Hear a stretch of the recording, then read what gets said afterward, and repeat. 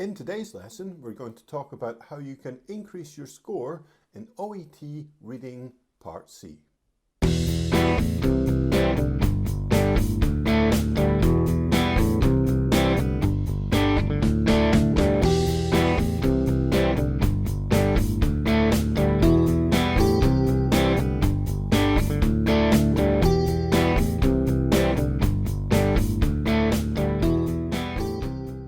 Hello and welcome to OET with Alex.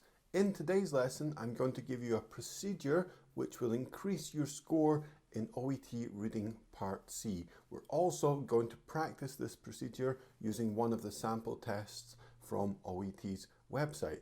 Before we get started with all of that, remember, if you're looking for an OET preparation course, then I run online ones. You can see a lovely poster here, and I'm putting information up on the screen just now about it as well.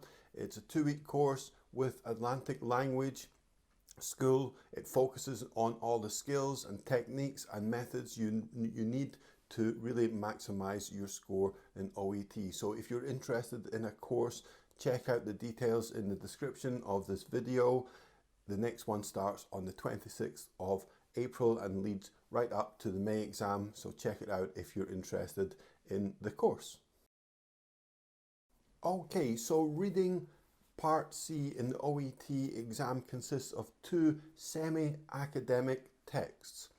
They're texts that are released, the type of things that are released in journals, and they're designed for a general medical audience, so not specific in any means at all. For each text, you have 8 4-option multiple choice questions, okay? So that means you have 16 questions to answer in total. Today we're going to look at one of the texts and practice the procedure that I'm going to give you just now. Now, what is Part C all about? It's about understanding the inferences, attitudes and opinions of the writer and other people quoted in the text. So sometimes these opinions and attitudes can be quite explicit, can be quite clear to see, and other times, you have to work it out a little bit. You have to read between the lines, and that's very often what people find the most difficult. So the procedure I'm going to suggest to you today will make sure that you read as efficiently as possible, you don't waste time, and you have more time to really read between the lines and figure out what the opinions of the writer and the other people mentioned are, so that you can choose the correct answer in this part of the exam time and time again.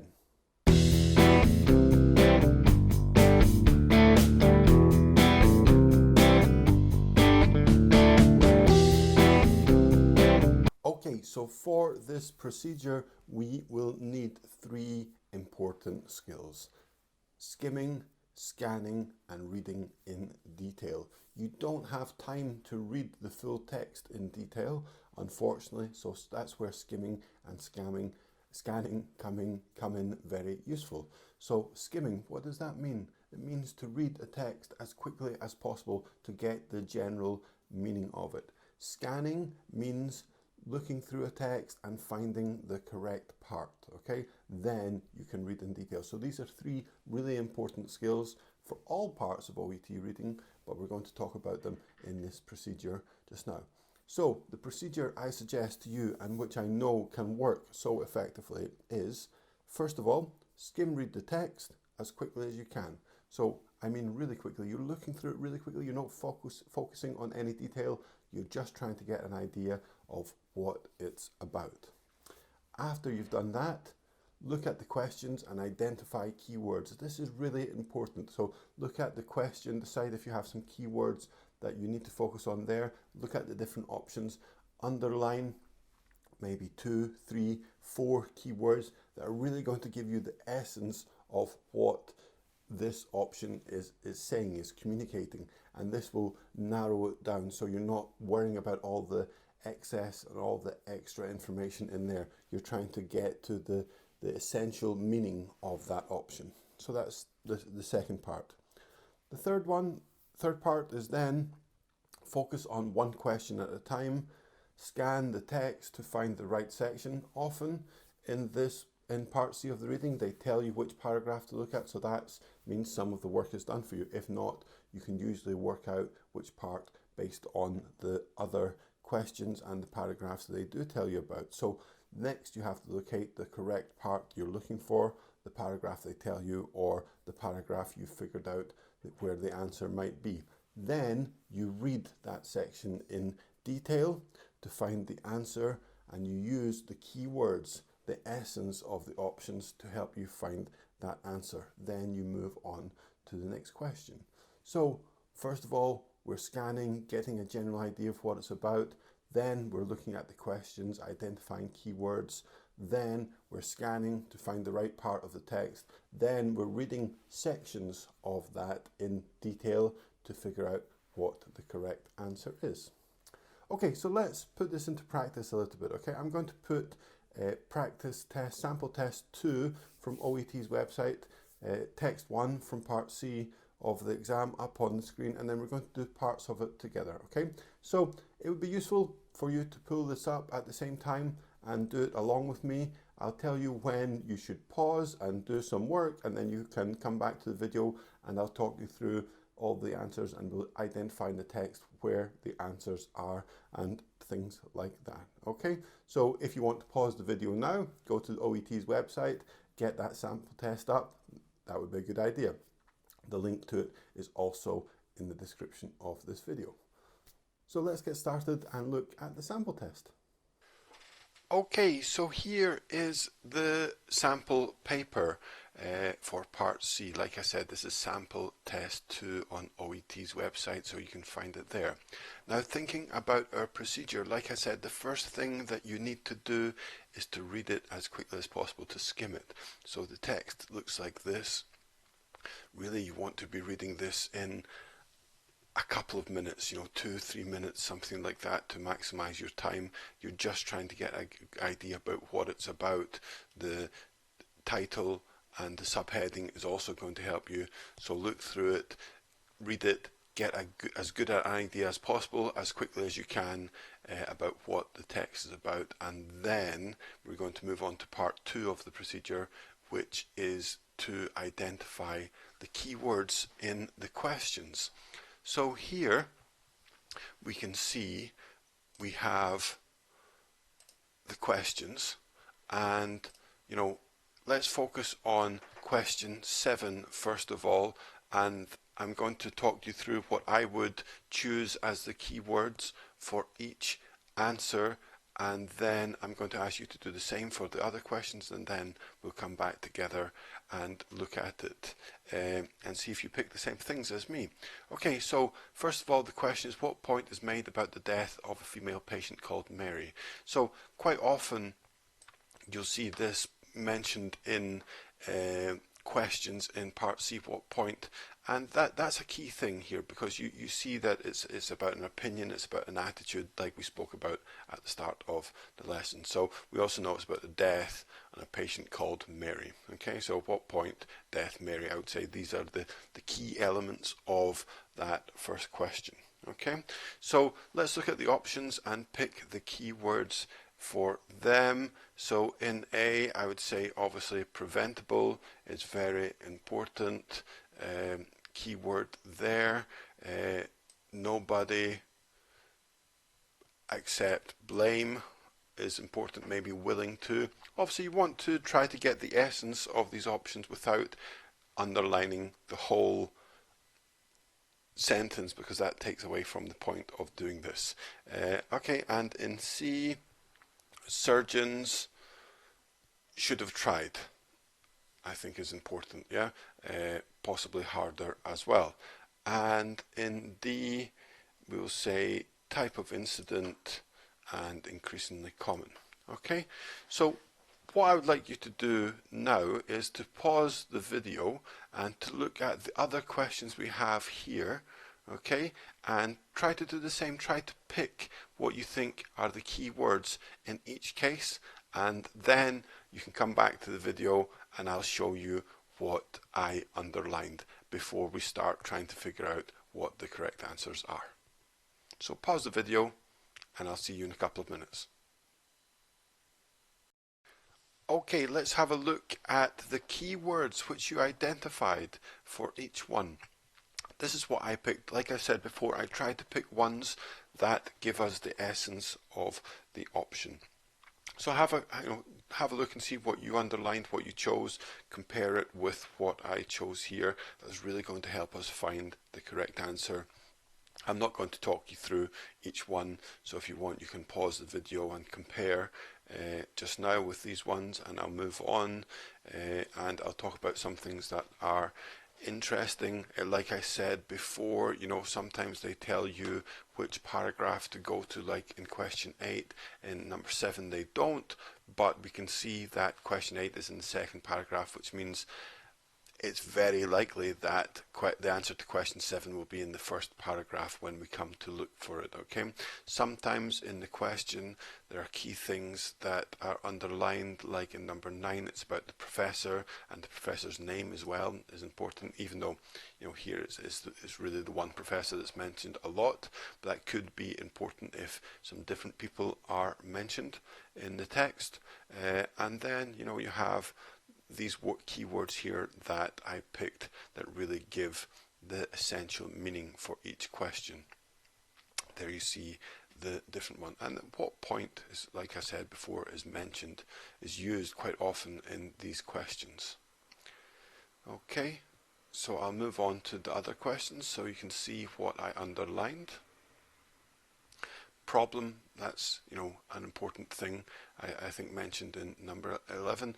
Obviously when you have short answers like this in number 11, then basically everything is important, just because it is, the answers are so short, there's not a lot of information there at all.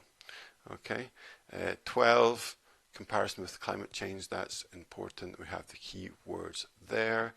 In 13, in order to, so that tells us there, why. That's really the question you were answering there. Why did they reference this? Yeah, and there's the key words there. And then in 14, those are the key words which I picked. Okay, so hopefully you picked the same, but what we're trying to do is get the essence, get the essential meaning from each of these options, so that it's easier when we're going to the text, which we're going to do in a minute, to find the answer. Okay, so we've done the first two parts of the procedure. We've skimmed the text, we've got a general idea of what it's about. We've then looked at the questions, identified the keywords. This can be quite time consuming when you first do it if you're not used to doing this, but you can become a lot quicker when you practice this and practice identifying these keywords. So in the next stage we're going to look back at the text and look question by question, find the right part of the text, scan to find the right part of the text, sometimes with some help from the question, and then decide what is the correct answer.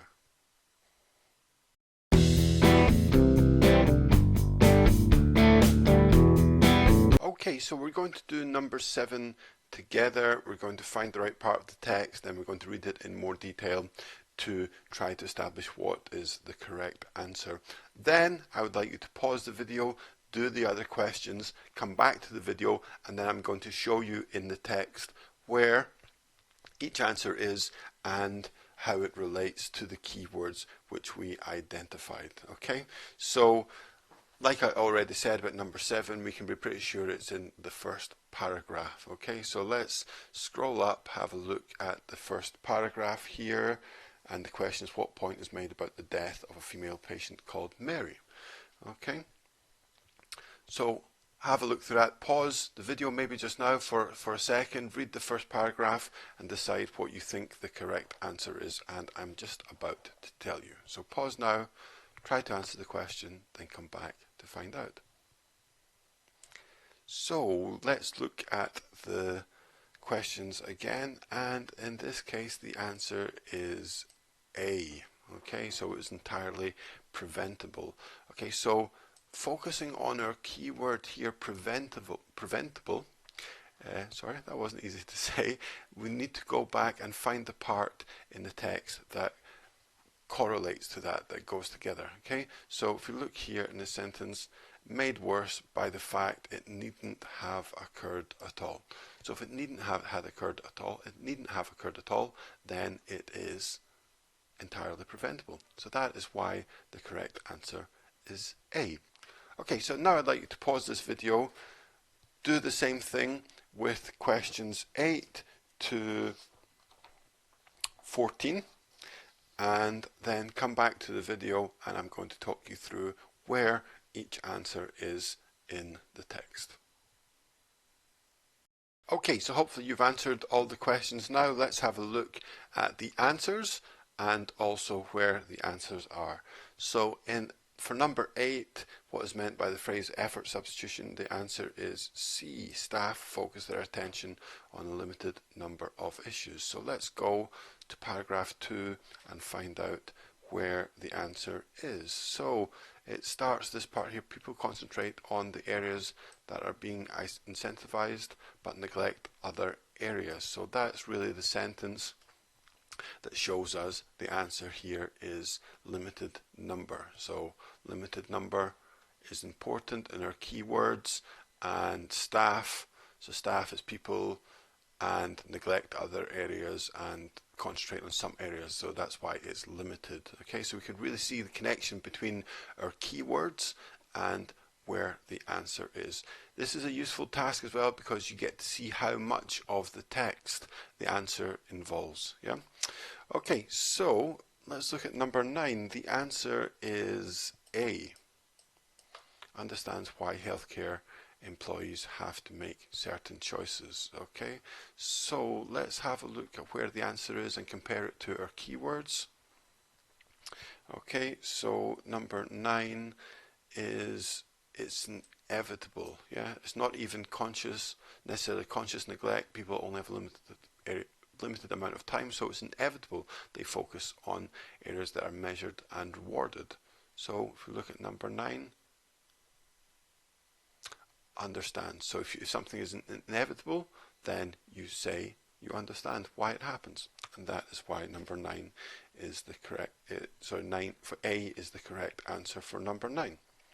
Okay, and number 10, the answer is D. The information recorded in them does not always reflect reality. So it does not reflect reality. That's the keywords we're looking at here. So we know it's the third paragraph. Let's have a look at that here. So the answer is related to this part here. The patient had had their antibiotics when there were no antibiotics in the hospital. So that does not reflect reality. That's not what was actually the case. Does not reflect reality. That's why in number 10 the answer is D. And we can see in each case the keywords show us what the answer is, and if we can find the part in the text, then it can give us the correct answer in each case. Okay, and number 11, the answer is D, lack of consistency. So with this one, we're going to the fourth paragraph here, and really I would say it's quite a long part of this. I would say starting from here and going all the way to the end of the paragraph here, it talks about, standardization, harmonization, all of these things. All of that part, most of that paragraph actually gives us the answer. So it's interesting to see that, other words, other answers, it's really, one word or a few words or sentence, and here it's a bigger chunk of the paragraph that gives us the answer. Okay? And moving on to number 12, the answer is B. It isn't clear who is tackling the situation. Okay, so we know we're not given the paragraph here, but we can tell because that was the fourth paragraph, so this is the fifth paragraph which goes on to the second page here. Okay, and if we look at this sentence here, with many actors each making a contribution, etc., until where the problem lies, this shows us that the answer is B. It isn't clear who ought to be tackling. Okay, so it isn't clear who. We're talking about different actors, people involved in it. There's difficulty. It isn't easy. All of these keywords help us in this case. Okay, and number 13, let's have a look. The answer is B as well. So illustrate a fundamental obstacle. Sorry if you can hear dogs barking in the street there, but I'm just going to keep on going because I'm sure you can still hear me Okay, so 13, again, we're not given the paragraph here, but we can figure it out that it's going to be the next paragraph from where we found question 12, the answer to question 12. So illustrate a fundamental obstacle, a problem. We're looking for something like that. So let's look here where the answer is. So in this case, this is not something a hospital can solve alone. It needs to be solved at sector level. So this shows us that it is an obstacle and it's fundamental because it's not just a hospital that needs to do that. So that's the answer to number 13. And finally, number 14, the answer is D. Okay, the approach they take to deal with challenges. Okay, and if we look at the last paragraph here, I would say, this part here, basically most of this paragraph is talking about this, but if I was to focus on one part, it would be starting from there, talking about formal language of design and the questions that engineers ask themselves compared to in healthcare. So I would say that is the key here to answer number 14, which is the approach they take to deal with challenges. How did you get on? Let me know how many answers you got right in the comments to this video. Also, it's a good idea to then look at the second text in this sample paper too and do that. Try to practice this procedure. You can become quicker, you can become more efficient. It's really going to help you. It's going to maximize your score, but you do have to practice it for it to work really well for you. In case you don't know, I have a Facebook group now. It's called Prepare for OET. I'm putting the link into the description of this video as well. Please check it out. Feel free to join. We share materials. We talk about OET and things like that. It's a good place to be. It's just started just now, so anybody who would like to join, who's interested in OET, is more than welcome. Thanks for watching today's video. I hope to see you soon.